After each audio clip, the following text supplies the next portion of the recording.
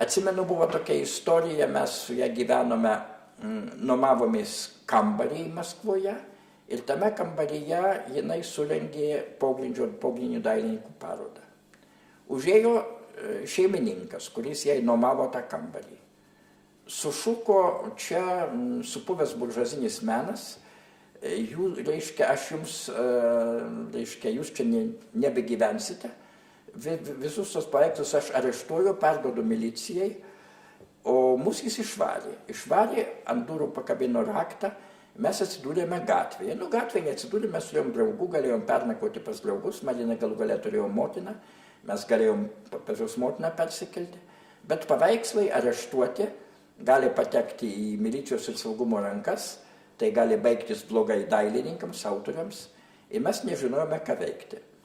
Bet milicija kažkaip neskubėjo į tą butą ateiti, per kelias valandas mes suradome bičiulį, pavardę Olegas Prokofjevas. Tai buvo kompozitoriaus Prokofjevo, labai garsaus kompozitoriaus sūnus.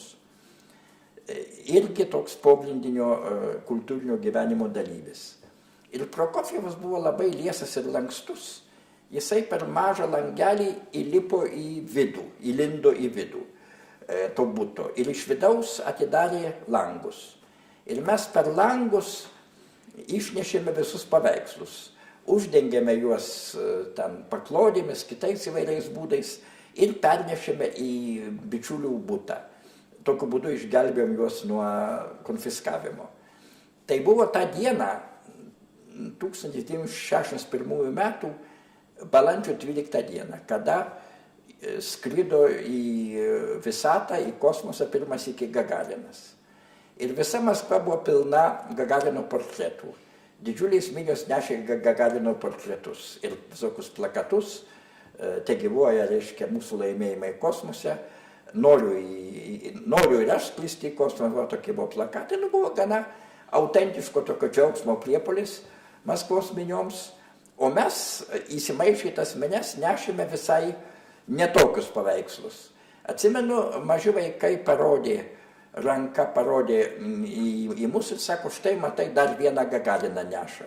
O viena protinga mergaitė 12 metų pasakė, iš kur tu žinai, gal čia visai ne Gagarinas. Tai buvo visai ne Gagarinas, tai buvo abstrakcionizmas, surrealizmas, dievai žino kas, paveikslai primenantys Picasso, Jacksoną Polloką, Salvadorą Dalį, žodžiu sakant, tais laikais griežtai draudžiami.